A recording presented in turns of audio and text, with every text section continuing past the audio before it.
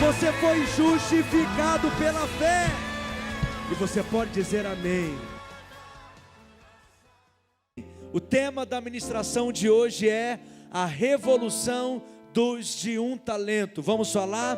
A revolução dos de um talento. Mais uma vez, a revolução dos de um talento. Abra sua Bíblia comigo no Evangelho de Mateus, no capítulo 25. Faremos a leitura a partir do versículo 14. Quem não recebeu a pastoral dessa noite, levante mais de suas mãos, por favor. Ok, permaneça por favor com a sua mão levantada, até que a pastoral chegue até você. Os servos estão entregando essa pastoral. Você pode fazer anotações e levá-la também para a sua célula, para ruminarmos essa palavra ao longo da semana. Isso. Os servos, após entregarem as pastorais, podem sentar também. Glória a Deus. Deus é bom. Mateus capítulo 25, verso 14. Esse é um texto que trata a respeito da parábola dos talentos. A palavra do Senhor diz no Evangelho de Mateus que o escriba, versado, entendido nas coisas do reino dos céus, ele tira do seu baú coisas antigas e coisas novas. Estou falando isso porque essa palavra que eu estou compartilhando aqui é fruto de ministrações que eu fiz alguns anos atrás. Mas como a nossa igreja sempre tem recebido pessoas novas, eu percebo também a necessidade de falarmos constantemente as mesmas coisas.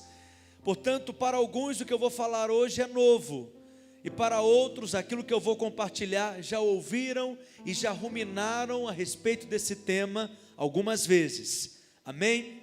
Mas a minha função aqui não é pregar algo necessariamente novo para você.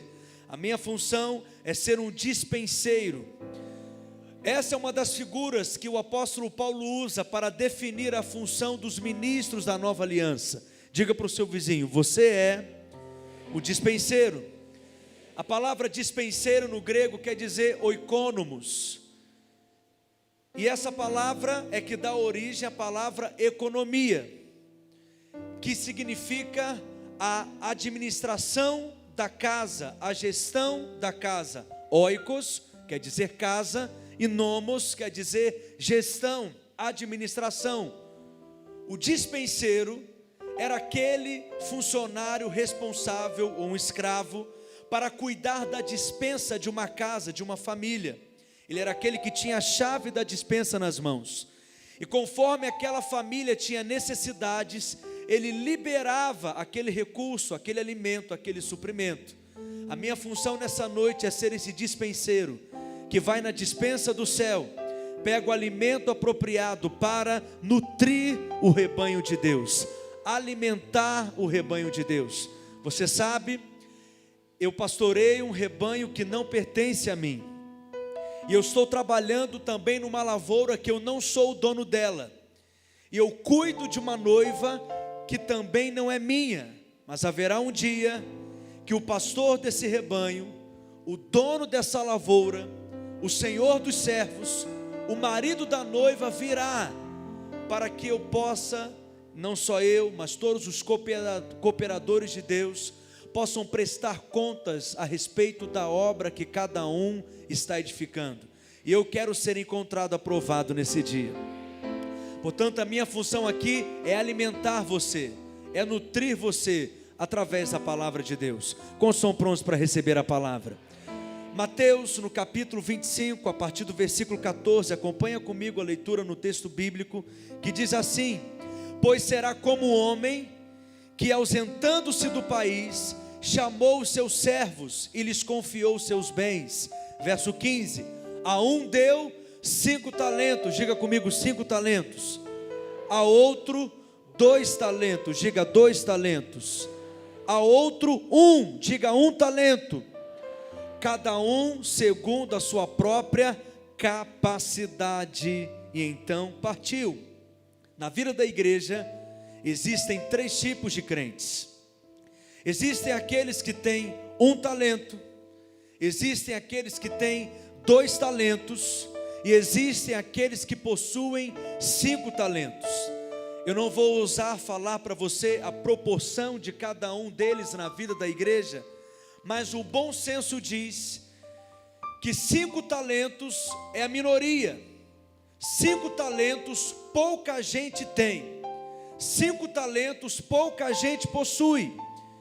Mas eu gostaria muito que existissem muitos Paulos entre nós.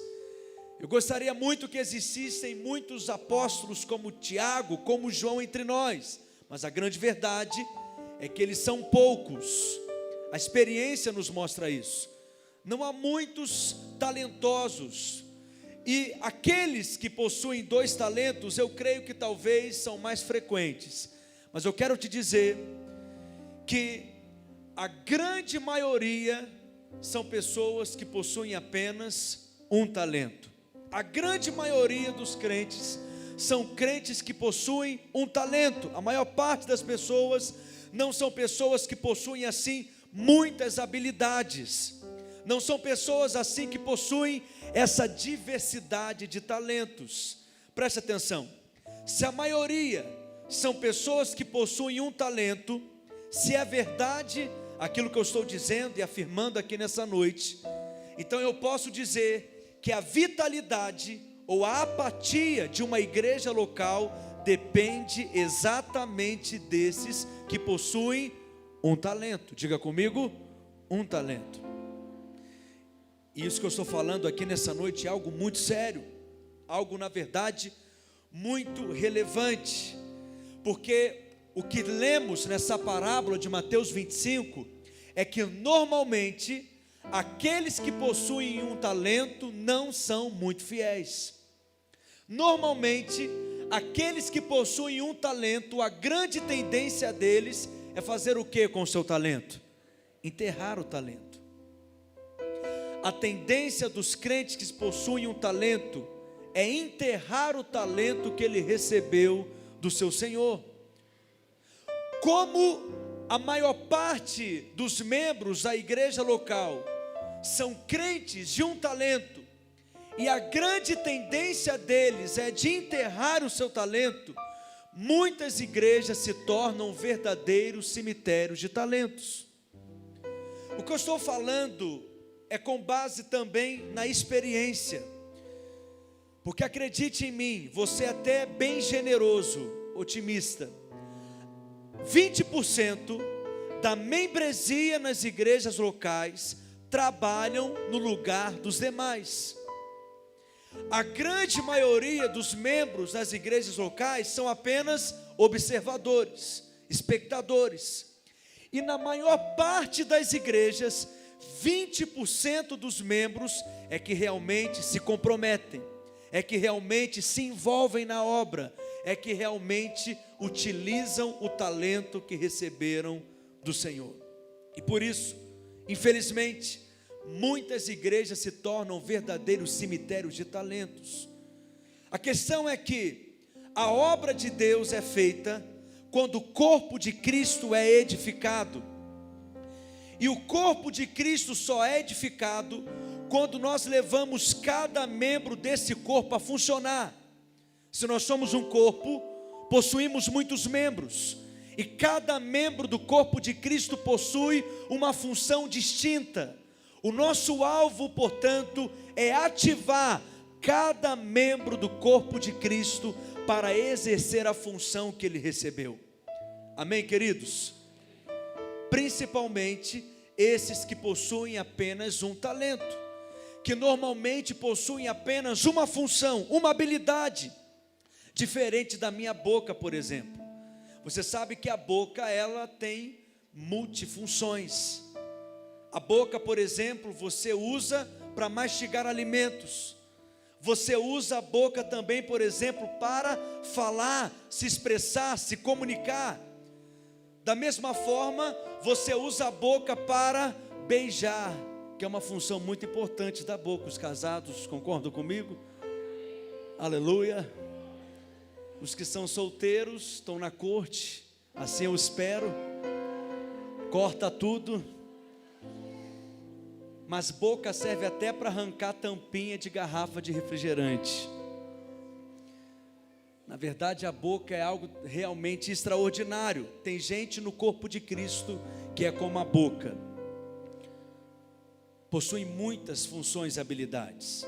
Pastores, por exemplo, eu creio que no corpo são boca, porque é um porta-voz, ele é boca, tem habilidades, exercem funções, mas ele é uma voz profética, amém? Para falar da parte de Deus. Mas a maior parte dos membros nas igrejas locais são pessoas que possuem apenas uma função, uma habilidade. E isso nos leva a tirar algumas conclusões importantes. Quantos estão aqui comigo nessa noite? A responsabilidade maior para a igreja manifestar e se expressar na cidade, no lugar onde ela foi plantada, está sobre aqueles que possuem um talento.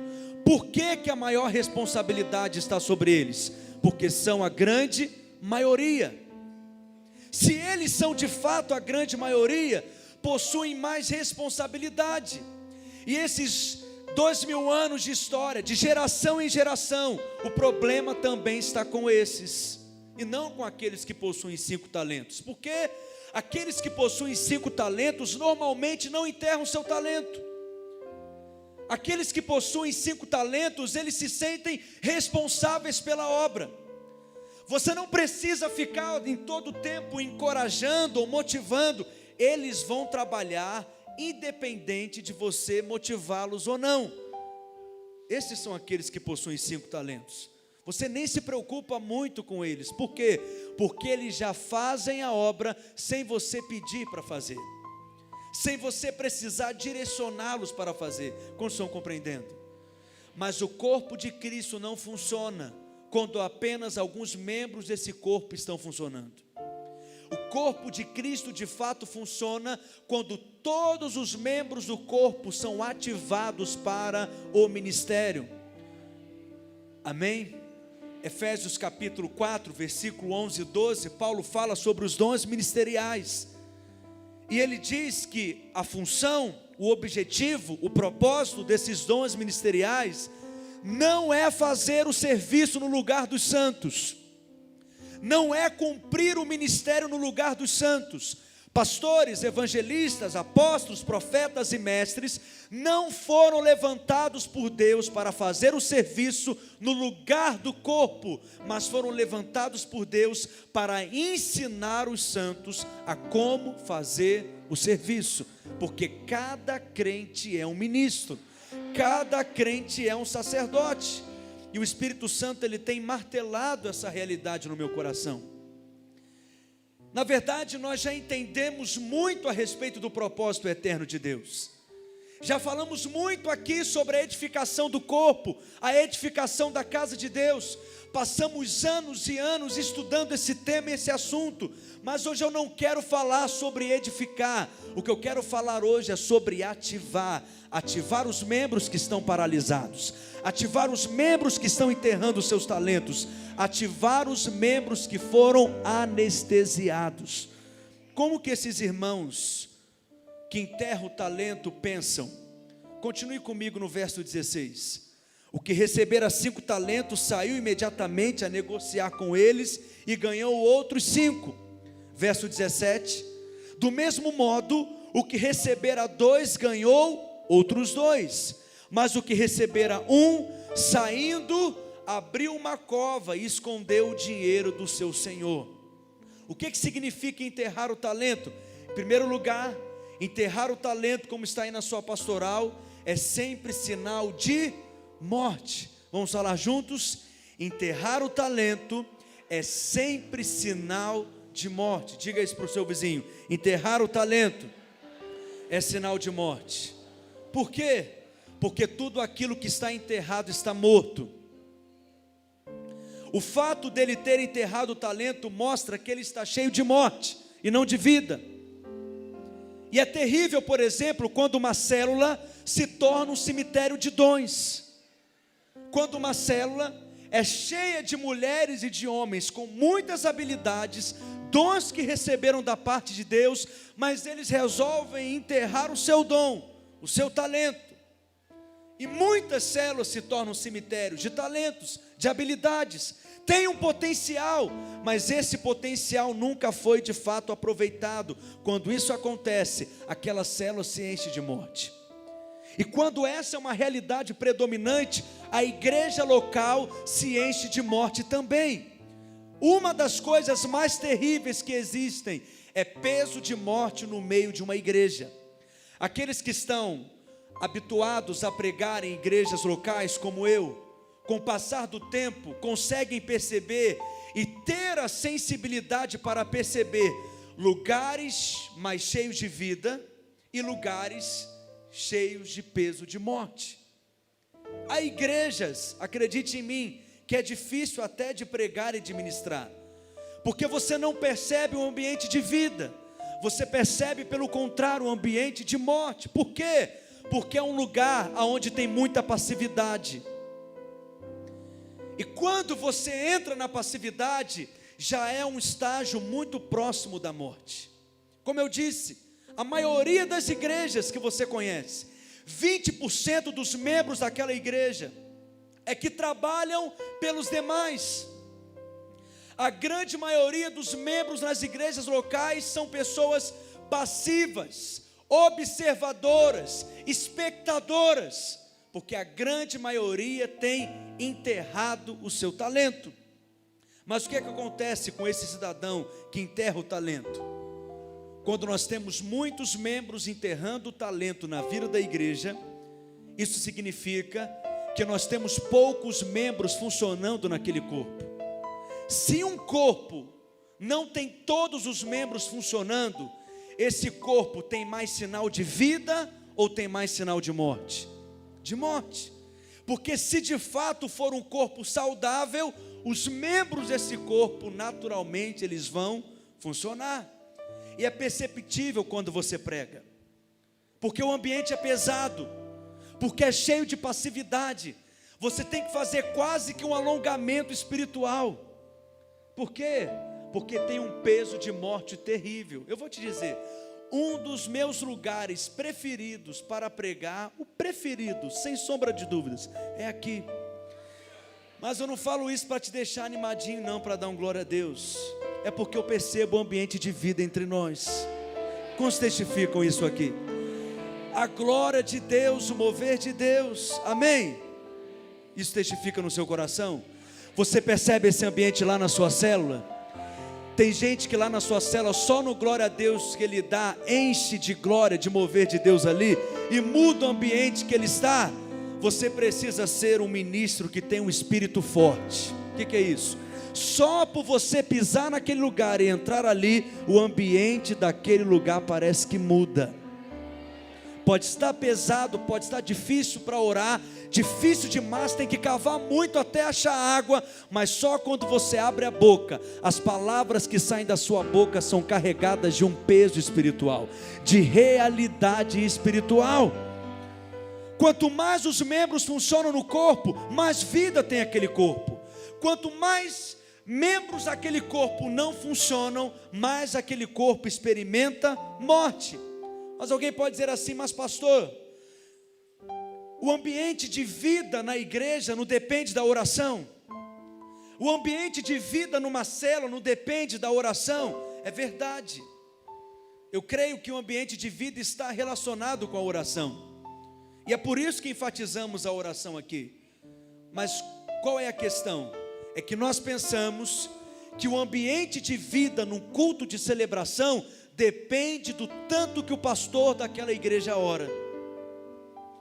Nós pensamos que o ambiente de vida numa célula depende do tanto que aquele líder de célula ora, mas eu vou te dizer que isso não é verdade. O ambiente de vida nessa igreja não depende do tanto que eu oro, porque deve ter membros nessa igreja aqui que oram muito mais do que eu. O ambiente de vida depende do tanto de membros que eu consigo mobilizar para orar. Percebe a diferença? Não é que eu tenho que carregar a igreja nas costas em oração. Eu devo orar, obviamente. A obra de Deus deve ser gerada e sustentada através de oração. Mas não depende do tanto que eu oro. depende do tanto que eu consigo mobilizar o corpo para orar. Eu não posso ter uma vida de oração por você, eu não posso ter uma vida de oração no seu lugar, mas eu posso proporcionar meios para que isso aconteça. Eu posso te ensinar a orar, eu posso te encorajar a orar, eu posso até ser criativo para te incentivar a orar, mas o meu alvo é ativar cada membro para a oração. Engraçado, esse é um dos motivos que nós não temos um ministério de oração na nossa igreja. Pastor, mas se essa igreja valoriza tanto a oração, nós deveríamos ter um ministério de oração. Preste atenção. Em outras palavras, quando nós falamos que temos um ministério de oração, nós estamos também dizendo que quem não faz parte do ministério de oração não tem tanta responsabilidade assim para orar, não tem tanto compromisso assim para orar. Porque como que funciona na maioria das igrejas? Tem um ministério de oração, mas um quarto nos fundos, uma porta bem estreita, assim, nem luz tem naquele quarto quase, teia de aranha, e algumas irmãs poderosas, ungidas, dos dons espirituais, pagando um preço de oração, não é assim? A nossa igreja, todos nós fazemos parte do ministério de oração. Fala para o seu vizinho, você faz parte do ministério de oração. Quantos fazem parte do ministério de oração aqui? Por isso que todo domingo levantamos 7 pessoas aqui para orar. E você pode estar aqui. Uma vez por semestre fazemos uma mobilização de 21 dias de jejum de oração para orar toda a igreja. Quantos dizem amém? Eu e o pastor Fábio já começamos a escrever o livro do segundo semestre. Nós vamos estudar 1ª, 2ª Timóteo, Tito e Filemão, as 4 epístolas pastorais. Quantos estão alegres com isso? 21 dias de jejum e de oração. Só que a oração também pode acontecer lá na sua célula. Você pode mobilizar a sua célula para fazer vigília de oração. Ninguém diz amém aqui, irmãos? Você pode mobilizar a sua célula para subir no monte também para orar. Se você é mais pentecostólico.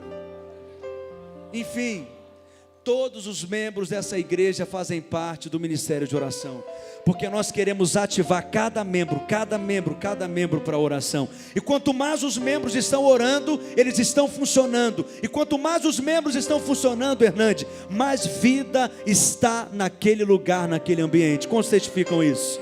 Esse é o nosso alvo. Diga para o seu vizinho, nosso alvo é ativar cada membro. Amém? Segundo lugar, enterrar o talento é um sinal de mundanismo. Por que mundanismo? Porque aquele que se enterra, ele está se integrando com essa terra, com esse planeta, com esse mundo. Aquele que se enterra, ele está se integrando, está se tornando um só com essa terra, com esse mundo. E consequentemente, se colocando junto com esse mundo que está debaixo de maldição. Mas pastor, como que podemos colocar então um sujeito como esse para funcionar na igreja? Como que podemos então estimular um sujeito como esse para o ministério, para o serviço?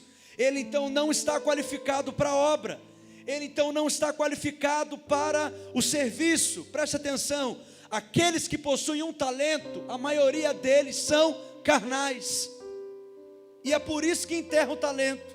São bebês espirituais, são raquíticos na fé, são nanicos espirituais. Isso significa também que a maioria dos membros nas igrejas são crentes carnais, que ainda são movidos pelas paixões da sua carne, que ainda fazem aquilo segundo as suas emoções, e não aprenderam ainda como serem guiados e dirigidos pelo Espírito Santo. Quantos querem ser guiados pelo Espírito e governados pelo Espírito? Seus problemas acabaram. Faça sua matrícula hoje na escola de discípulos, e você vai aprender uma matéria, como ser dirigido pelo Espírito, como viver uma vida no Espírito, e não viver segundo a sua própria vontade e emoções. É um fato da vida. O meu trabalho como pastor é mudar essa realidade, mas normalmente, aqueles de 5 talentos têm mais ocasião e oportunidade de serem tratados por Deus e de darem respostas a Deus. Os de um talento, normalmente, quando você vai tratar com eles, o que eles fazem? Voltam a enterrar o talento deles de novo. Mas isso me introduz ao terceiro tópico, acompanhe aí na pastoral. Enterrar é também sinal de apatia. Por que é sinal de apatia? O interessante é que no Evangelho de Lucas, Jesus conta essa mesma parábola, mas usando uma outra alegoria, a alegoria das minas. Lucas capítulo 19, verso 20. Abra sua Bíblia comigo. Nessa parábola que Jesus contou, que é similar à parábola dos talentos que acabamos de ler, esse servo que tinha uma mina só, ele não enterrou a mina, mas olha o que o texto diz que ele fez. Verso 20. Veio então outro dizendo: eis aqui, Senhor, a tua mina, que eu guardei. Guardou como? Embrulhada aonde? Num lenço. Eu creio que o lenço foi dado para o servo, não para embrulhar a sua mina, Renato. O lenço foi dado para o servo, para ele enxugar o suor. Por quê? Ele não deve embrulhar a mina que ele recebeu, embalar, mas ele deveria enxugar o suor, porque o que o Senhor espera dos seus servos? Serviço, trabalho, comprometimento. Um amém aqui, irmãos? Fala para o seu vizinho, é isso que o Senhor espera de você. Então não é para embrulhar e guardar, mas é para enxugar o suor depois de ter trabalhado. Portanto, enterrar o talento ou embrulhar o talento é sinal de apatia, de preguiça. Preguiça espiritual, já ouviu falar disso? Que é engraçado. Hoje em dia pecado não é mais pecado. Ninguém mais tem preguiça hoje em dia. Eu nunca orei por ninguém, pastor, me ajuda em oração, porque eu preciso vencer a preguiça. Hoje preguiça se tornou o quê? Cansaço. Você pergunta para uma pessoa assim: e aí, meu irmão, vamos trabalhar? Olha o resgate aí acontecendo. O que ele fala? Pastor, tenho trabalhado demais, tenho estado ocupado demais, por isso eu estou cansado demais. Porque preguiça hoje em dia se chama cansaço ou estresse, que está na moda também. Então quando você fala isso para o irmão: meu irmão, você precisa se envolver na obra, sai aí da arquibancada, entra no jogo. Participar da partida é muito melhor. O que ele fala? Pastor, estou cansado. Porque ele acha que o cansaço é um valor em si. Mas só nós descobrimos quem é o preguiçoso no dia do cansaço. Por quê? Porque aquele que não tem preguiça, mesmo quando está cansado, não foge do trabalho. Ou você acha que sempre eu estou animadinho aqui para pregar para vocês? Às vezes eu sou cansado, eu troco até as palavras, falo até errado. Quantas vezes já vim pregar aqui com 24 horas sem dormir, depois de uma jornada de viagens, de aulas e de ministrações. Mas você só conhece aquele que é preguiçoso no dia do cansaço, porque ele não mede esforços. Se tem uma coisa que eu não sou, irmãos, é preguiçoso. Eu não gosto de falar muito de mim, mas alguns me chamam de tratorzinho. Se você não quer ficar parado, essa igreja é para você. Mas se você quer ficar parado, eu acho bom você rever um pouquinho. Porque aqui vão te dar um rodo, um balde, uma vassoura na mão. É engraçado isso. Vou fazer um desabafo aqui, posso fazer? Hoje eu não vim fazer um estudo bíblico como eu tenho o costume de fazer, vim pregar para você. Mas muitas pessoas no atendimento, quando conversam comigo, dizem assim: pastor, estou pronto para tudo, quero até lavar banheiro. Todo domingo aqui tem redes de células escaladas para lavar o banheiro. Se você quer encontrar com aquele irmão, não vem aqui. Ou então escuto pessoas que falam assim: pastor, eu trabalhei tanto naquela igreja, eu servi tanto naquela igreja, e aqueles irmãos só me usaram, aquela igreja só me usou. Já ouviu isso? Eu fico ouvindo aquilo e falo: filho, você orou a vida inteira, Deus me usa Deus, eu quero ser usado. E quando Deus te usa, você fica chateadinho. Como que você espera ser usado por Deus, se não através das mãos de outras pessoas? Vamos ser francos, é porque você não recebeu o pagamento que você esperava. Talvez você não recebeu a recompensa, o elogio, o aplauso que você esperava. Quantas vezes eu já fiquei bicudinho com essa igreja, que não fui honrado da maneira como eu achava que deveria ser honrado. Afinal de contas, eu sou um pastor star.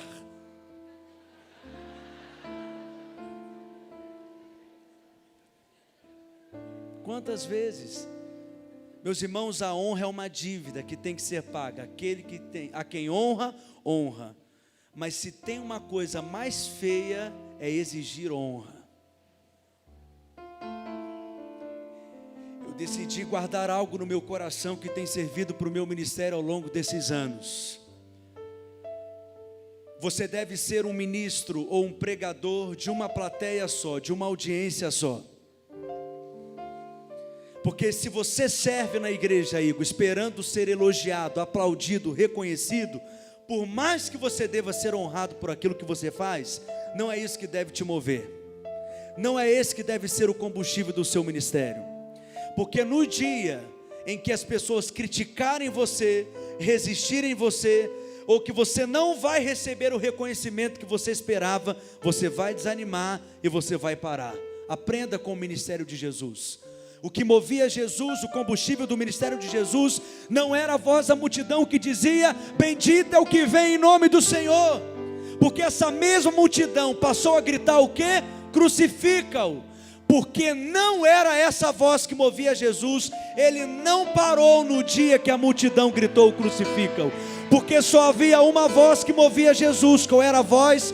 Era a voz do Pai que dizia: esse é o meu filho amado em quem eu tenho todo o meu prazer. Ou, tu és o meu filho amado em quem eu tenho todo o meu prazer.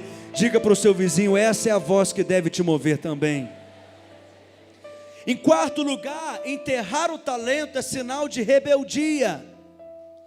Volta para o texto no verso 24. Chegando por fim, o que recebera um talento disse: Senhor, sabendo que és severo.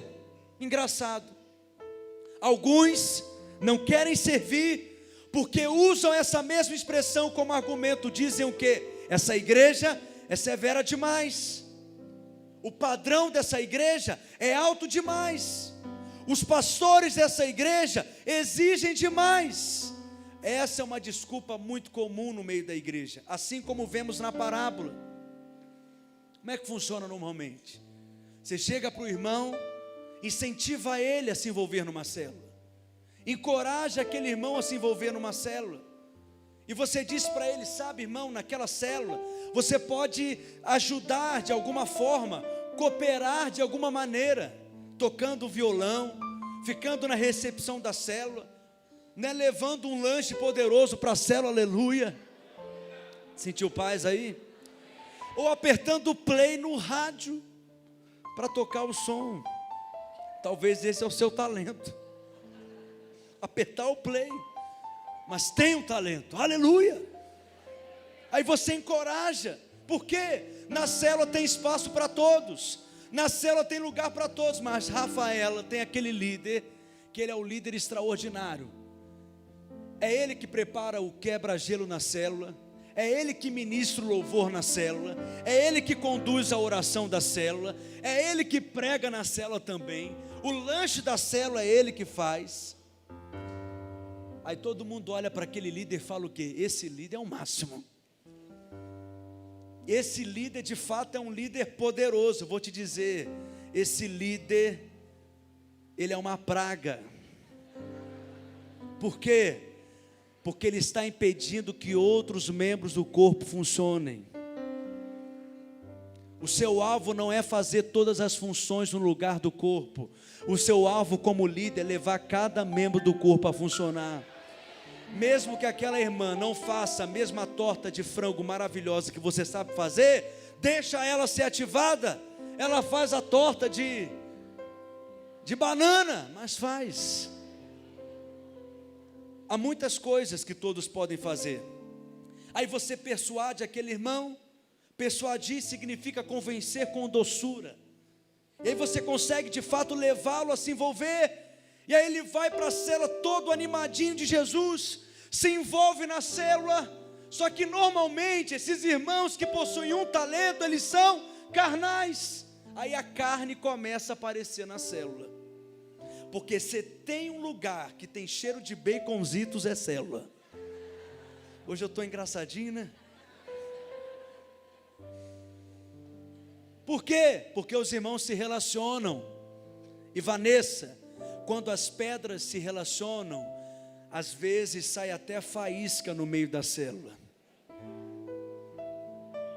Porque participar de uma igreja que você entra e sai, ninguém sabe quem você é, ninguém conhece nem o seu nome, eu vou te dizer, isso é tudo menos igreja. Igreja é lugar de relacionamento, igreja é comunidade, igreja é família, e família tem dia que tem da zebra, da tilt. Os nossos pastores de rede da igreja, eu gosto de contar essa história. No início, alguns anos atrás, eram todos membros de uma mesma célula. Renato, Patrícia, Adriana, Marcelo, Cássia, tudo da mesma célula. Estavam chegando na igreja todos ao mesmo tempo. Um dia, eles decidiram que nunca mais iriam pisar naquela célula. Esses aqui, sentados na primeira fileira. Eu falei, o que eu faço com esse povo agora, Jesus? Eu te pedi pão, o Senhor me dá pedra. Eu te pedi peixe. Acho que eu vou abrir uma franquia da Boticário. Os perfumes ficam tudo ali paradinho, ninguém briga um com o outro, ninguém fala nada. Fui lá resolver o problema da célula. E aí surgiu uma frase que ficou famosa, que vem se propagando nesses anos todos aqui na igreja. Eu disse, hoje é noite de lavar roupa suja. Porque aqui na igreja a gente trata tudo com transparência, na luz. Hoje nós vamos acender um holofote nesse lugar. Cada um tem que falar tudo que tem que falar, porque o que passar daqui é do maligno. Aí os irmãos já ficaram tremendo. E aí foi uma noite onde tudo foi exposto. Houve quebrantamento, arrependimento. E depois ministramos a ceia juntos. E discernimos ali o corpo, ministramos a ceia, renovamos a nossa aliança, eles uns com os outros. Eu vou te dizer, houve vitória naquela noite, mas houve vitória, e a vitória que houve naquela noite é porque aquela célula gerou hoje quase que 200 células. Mas por que houve vitória? Porque houve cruz. O que é cruz? É negar a si mesmo, é sofrer o dano. E talvez é isso que está precisando lá na sua célula, mas não é o tema dessa noite não. Quando os irmãos de um talento desenterram o seu talento, a tendência é a carne aparecer. Aí você fala, irmão, realmente você precisa funcionar, você precisa trabalhar, eu quero que você seja ativado mesmo, mas olha, você precisa mudar essa atitude carnal. Essa atitude você não pode ter. Qual que é a reação normalmente dessas pessoas depois disso? Volta para casa e não se envolve mais. Enterra o talento de novo. Não quero me envolver mais. Agora eu só quero assistir culto. Quero ficar distante. Estou decepcionadíssimo. Porque eu estava trabalhando. E aí de repente o líder falou que eu estava fazendo errado. E ele me corrigiu. Essa igreja é santa demais para mim. Eu não estou à altura para andar com esses irmãos. Eu não sirvo para caminhar nessa igreja, porque ela tem um padrão elevado demais para mim. O que ele está dizendo em outras palavras? Sabendo que és severo, ou seja, que o seu padrão é alto demais, que o seu padrão é elevado demais, então também não vou fazer. Eu enterro o meu talento. Qual que é o nosso erro? Qual que é o nosso erro como pastores e líderes, quando encontramos com um irmãozinho assim, que resolve voltar a enterrar o talento? Deixamos para lá. Não queremos nos desgastar.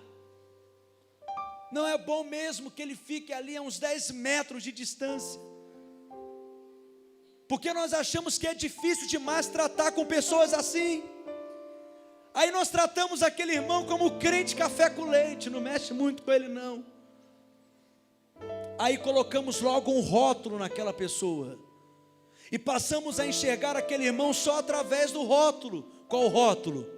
De alguém que talvez é inútil para o corpo. Preste atenção.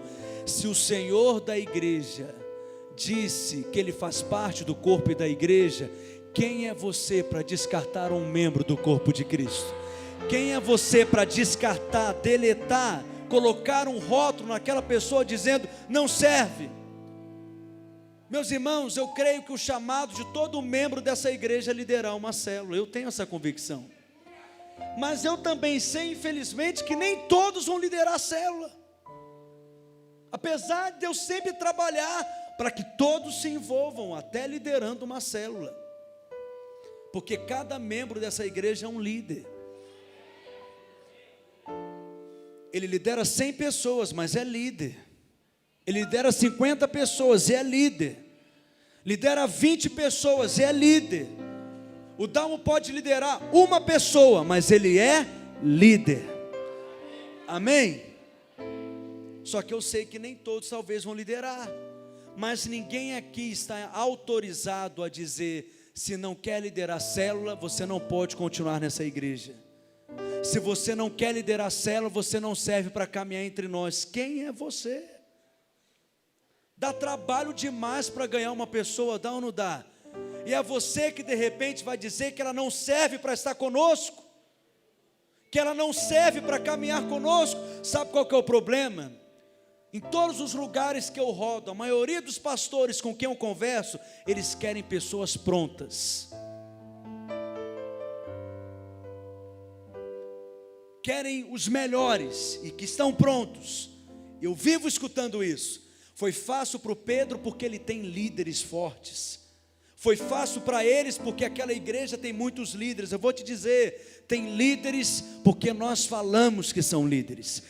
São fortes porque eu os enxergo assim. Tem um exército nesse lugar porque nós falamos que tem. E de fato tem. Posso ouvir um amém? Mas as pessoas não estão prontas. Nós precisamos acreditar nas pessoas e de fato investir nelas. Mesmo quando nós vemos que aquela pessoa nos decepciona ou não corresponde da maneira como nós gostaríamos, nós precisamos continuar acreditando. Eu digo, se você não desistir de mim, eu não desisto de você. E nós vamos perseverar e caminhar 1 milha, 2 milhas, porque nós fomos chamados para amar até o fim. Então esse paradigma precisa mudar. Não há irmãos entre nós que são desqualificados. Não há membros nesse corpo que são inúteis. Não podemos sair rotulando as pessoas na célula dizendo não responde, não corresponde. E aí nós passamos a ignorar essas pessoas e não contamos mais com elas. Estamos pecando contra o corpo. Estamos pecando contra a igreja. Você está excluindo membros do corpo. Preste atenção, no corpo todos os membros devem funcionar. Mas se você exclui alguém do corpo, se você exclui alguém da vida da igreja, você precisa ter um motivo diante de Deus para fazer isso, porque você não pode mutilar o corpo. Se o Senhor Jesus aceitou aquela pessoa como servo, tornou-se salvo, tornou-se servo. Se o Senhor aceitou aquela pessoa como servo no corpo, quem é você para dizer que ela não serve? Quem é você para dizer que ela está desqualificada? Fala nós vai, nós vem, nós foi, não interessa, faz parte do corpo, tem que funcionar. Talvez é uma pessoa que tem um nível cultural menor do que o seu, não tem tanto poder aquisitivo como você, mas preste atenção, na casa de Deus, todos os membros são servos e sacerdotes, e nós queremos ativar cada membro para a obra do ministério. Então diga para o seu vizinho, vamos a partir de hoje tirar os rótulos. Mas pastor, eu até quero envolver, eles é que não querem. Eu até quero dar oportunidade, mas eles é que não querem. Então você tem que se levantar e falar, e insistir, e dizer para aquele irmão, olha irmão, enterrar o talento, você terá problemas com o Senhor, Porque todos os servos, por mais que receberam apenas um talento, vão prestar contas com o talento que receberam do Senhor. Mas hoje a sua carnalidade tem que ser tratada, senão você vai ter problema comigo. Então essa pessoa não tem saída, ela tem que resolver. Não dá para ficar parado, não dá para ficar paralisado. Amém, queridos? Porque você vai prestar contas com Jesus, com aquilo que você fez com o tal talento que Ele te deu. Então é melhor tirar a carne e vamos continuar caminhando. Eu estou te dando um exemplo de persuasão, porque o que vai determinar a sua capacidade de liderança é o seu poder de persuasão, é você conseguir mobilizar as pessoas. Sabe qual que é o problema que eu escuto muito aqui? Pastor, é porque fulano de tal não está preparado. Acho que tem um nome de um demônio que é esse, não está preparado. Mas você nunca se viu no espelho? Ah, pastor, porque ele dá trabalho demais para mim. Você está aqui há quanto tempo? Até hoje você está dando trabalho para mim? Você não quer que ele dê trabalho para você? Ou então tem líder que só quer caminhar com pessoas que parecem com ele, que combinam com ele, que combinam com o jeito dele. Mas preste atenção, no discipulado, aquelas pessoas que o Pai coloca para caminhar com você, não é você que escolhe, é o Pai que escolhe para você. Porque senão é narcisismo, você não tem que amar ninguém, só tem que se amar. Todo mundo é sua cara, todo mundo combina com o seu jeito. Eu vou te dizer, tem irmãos aqui na igreja, posso fazer uma lista, me trata demais. Como que eu sou tratado através desses irmãos? Logo quando eu cheguei aqui nessa igreja, eu lembro que tinha um irmão que todo dia me acordava às 7 horas da manhã, ligando no telefone. Eu falava, o que, irmão? Pastor, era só para saber se você estava acordado. Eu falei, estou acordado, miserável. O que a gente tem que fazer? Amar e honrar o irmão.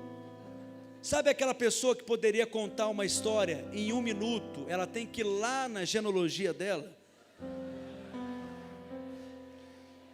e você fica ouvindo a história, não é assim, casa? Aí aquele irmão que conta aquela piada que ele acha que é maravilhosa, você ri da piada do irmão, você está honrando o irmão. Eu quero pregar nesses dias, nessa série, sobre o princípio de tolerância na vida da igreja. Fala para o seu vizinho, não há nenhum membro do corpo inútil ou desqualificado. Não vamos deixar ninguém de lado. Posso ouvir um amém por isso? Essa cidade só será alcançada se cada membro desse corpo for ativado. Essa cidade só será alcançada se acreditarmos no potencial de todos. Essa cidade só será tocada se de fato esse exército se levantar. Essa é a revolução que veremos nesses dias. Não é os muitos talentosos que Deus quer usar. Eu pensava isso no dia que o Silvio Santos se converter. Não, hoje eu admito, hoje eu estou demais. Eu sei que hoje eu estou... Não bebi nada, estou tranquilo, acredite em mim. Nessa água aqui é só água. Eu estou animado por causa do resgate. Mais de 300 pessoas já passaram pelos resgates nesses dias. Quase 100 pessoas já decidiram pelo batismo. Mas eu achava, Ronaldo, que no dia que o Silvio Santos se convertesse, o Brasil ia ser alcançado pelo Senhor. Já imaginou o Silvio Santos pregando o Evangelho?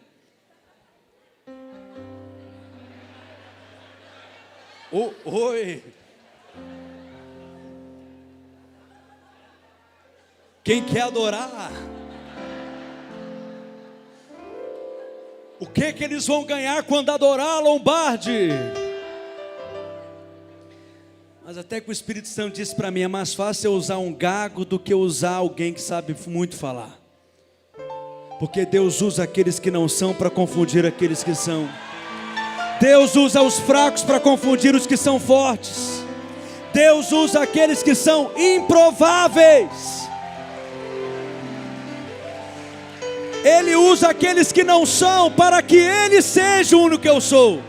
E para que a glória dEle se manifeste através da sua vida. E para quê? Para o óbvio. para que somente Ele seja honrado. Israel, então Israel, vai rasgando Israel. Vai rasgando. Diga para o seu vizinho, sai rasgando. Fala para o seu vizinho igual crente, sai rasgando por essa cidade, sai rasgando pelas ruas dessa cidade, sai rasgando pelos bairros dessa cidade. E eu já vejo o inferno furioso, porque cada membro que tem enterrado o seu talento nesses dias, vai desenterrar os talentos, e vão orar pelos enfermos, eles serão curados, e vão expulsar demônios, e vão pregar o evangelho da graça. Desenterra o seu talento. Pastor, mas e se der algum problema? Eu vou costurando depois. Tem pastor na igreja para isso. Você é um sacerdote. Meus irmãos, esse é um ano muito especial para nós. Estamos celebrando 500 anos da reforma. Eu quero fazer um seminário aqui nessa igreja só sobre a reforma protestante. Quantos vão participar? E já combinei com o pastor Fábio, vamos publicar um livro também nesse ano sobre a reforma. E uma das verdades poderosas da reforma é: cada crente é um sacerdote. Está molhado com a água do batismo ainda, mas é sacerdote, é um ministro. E o nosso trabalho é treinar, equipar, capacitar cada membro para a obra do ministério. Eu amo estudar a história da igreja, porque estudar a história da igreja é estudar a nossa história. Você se conhece mais. Eu amo estudar a história, Sandra, dos grandes homens de Deus que marcaram a história. Muitos deles vocês vão encontrar nas portas dessas salas de aulas aqui, como um memorial e uma inspiração para nós. Um deles, John Wesley. Nós somos frutos desse avivamento. Nós somos frutos desse grande mover de Deus, amém? Mas presta atenção, o movimento de Wesley não foi grande porque ele era grande. O movimento de Wesley só foi grande porque ele foi capaz de mobilizar o corpo.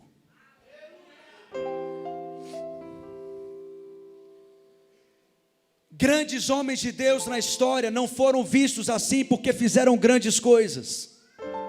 Os grandes homens de Deus na história só foram grandes porque foram capazes de acreditar no potencial do corpo e mobilizar o corpo de Cristo e capacitar o corpo e ativar o corpo. E com certeza essa foi a chave do movimento de Wesley. Preste atenção no que eu quero te falar. Nós só podemos afirmar que somos igreja de forma prática se o corpo de Cristo estiver funcionando. Porque se o corpo está funcionando, se todos os membros funcionarem, essa cidade será tocada pela glória de Deus. Fala para o seu vizinho, você precisa ser ativado. Diga, desenterra o seu talento hoje. Mas pastor, na igreja, para servir, para cooperar, para liderar, para ministrar, não tem que estar qualificado? Sim ou não? Sim. Mas eu posso levantar qualquer pessoa então? Sim também. As duas dimensões são verdadeiras. Tem qualificações e você pode levantar qualquer irmão. Mas se esse qualquer irmão for levantado, ele não pode fazer de qualquer jeito. O discipulado existe para isso. Quantas vezes eu preciso caminhar com os pastores e falar isso para eles: não enxergue as pessoas com o olhar natural, enxergue as pessoas com os olhos do Espírito, porque se você enxergá-las segundo a carne, você vai ficar desanimado, porque você vai achar que só tem pessoas desqualificadas ao seu redor. Decida enxergar essas pessoas como Deus as enxerga, e você será encorajado. Meus irmãos, quantas vezes eu precisei chegar nessa igreja com cultos com 5 pessoas e dizer: eu quero pedir para essa grande multidão se colocar de pé. Com os meus olhos naturais eu não enxergava assim, mas eu já via Deus levantando um exército que tem se espalhado por essa cidade. Eu vou te dizer, isso é apenas o começo. Há uma grande obra diante de nós. Mas isso não tem a ver com um pastor super capacitado, qualificado, carismático. Isso tem a ver com o favor de Deus sobre nós. E esse favor já foi derramado sobre cada membro. Eu amo o testemunho do seu Sebastião e da dona Naná. Fica de pé, por favor. Porque esses dois senhores são um testemunho poderoso para nós. Todos os domingos vêm lá de Santa Luzia, de ônibus para cá. Estão fazendo o nosso seminário, toda quinta e sexta-feira eles estão aqui. Sábado ou sexta, eles estavam fazendo evangelismo no bairro de São Benedito, em Santa Luzia, para convidar pessoas para a célula deles. Continue de pé, por favor. Quero também honrar a dona Beatriz. Fica de pé, dona Beatriz. Hoje ela participou do meu resgate. Tem 70 anos. Não é isso, dona Beatriz? Ela diz: pastor, já trabalhei em muitos encontros, em mais de 25 encontros. Até seminário a dona Beatriz já fez. E Deus tem levantado homens e mulheres assim, com esse legado, com esse testemunho para nós. E você não pode enterrar o seu talento. Essas desculpas que você usa para não ser usado por Deus: pastor, não sei falar direito, pastor, eu não sei teologia, pastor, eu tenho vergonha, pastor, você não conhece a minha história, o meu passado. Deixa eu te dizer, todas essas desculpas que você usa para não ser usado por Deus, foram exatamente elas que fez Deus escolher você. Você só está aqui porque não tinha também ninguém pior para estar, para que a graça dele se manifeste através da sua vida. É por isso que eu não fico aqui falando de mim, e do que eu sou, e do que eu faço, porque senão você vai pensar que eu só sou usado por Deus porque eu sou alguém extraordinário. É por isso que eu procuro ser alguém de vida e transparente. E aqueles que caminham de perto de mim, a primeira coisa que acontece com eles é se decepcionarem comigo. Mas quando eles olham para mim, eles pensam: se Deus pode usar o pastor Pedro, Deus pode me usar também. Deus não faz acepção de pessoas. Se Deus levanta um, Ele levanta todos. Se Deus usa um, Ele usa todos. Se Deus enche um, Ele enche todos. Essa é uma promessa para nós como igreja. Diga amém. Cada membro será ativado nesses dias. Cada membro do corpo será desafiado. Amém, queridos? E essa é a grande revolução que veremos nesses dias. Cada membro do corpo ativado para a obra do ministério. Talvez você é alguém que tem enterrado os seus talentos. Já foi tão usado por Deus. Deus já fez tantas coisas através da sua vida, mas por causa da religião, por causa de um sistema eclesiástico de uma igreja, você se frustrou, você se feriu, se decepcionou, ou desgastes mesmo com a vida. Pessoas que não acreditaram em você, porque talvez a boca mais próxima que o diabo usa para falar com você são pessoas que estão ao seu redor. Mas acredite em mim, como ouvimos aqui no último domingo, não é por força e nem por violência, é pelo Espírito. É a graça de Deus sobre você. Não tem nada a ver com você, tem tudo a ver com Cristo. Eu quero orar por você. Você não está aqui por um acaso. E eu sei que enquanto eu estava falando aqui, o Espírito Santo estava incendiando o coração de alguns aqui.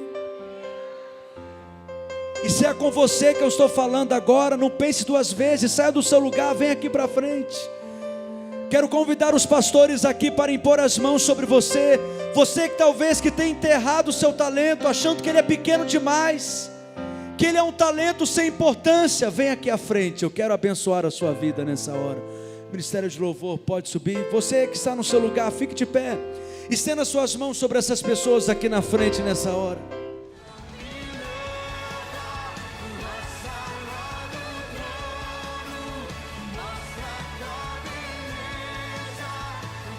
Você foi justificado pela fé. E você pode dizer amém.